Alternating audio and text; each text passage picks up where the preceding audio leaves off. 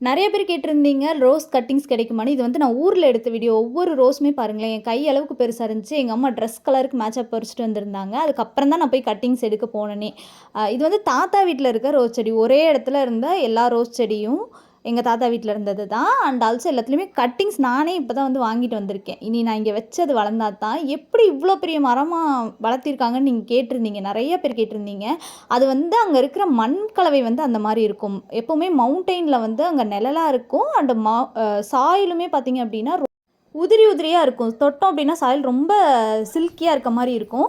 And அண்ணா வந்து rose cuttings வந்து இப்டி தான் எனக்கு பேக் பண்ணி தந்தாங்க. வாழை மட்டையில வச்சு பேக் பண்ணி குடுத்துருந்தாங்க. எனக்கு ஒரு 3 டேஸ் நான் இங்க வந்துமே அது வந்து ஒண்ணுமே ஆகல. அப்டியே இருந்துச்சு. எனக்கு ஏன்னா பாட்டு கிடைக்காம நான் ரொம்ப தேடிட்டு இருந்தனால அத அப்டியே வச்சிருந்தேன்.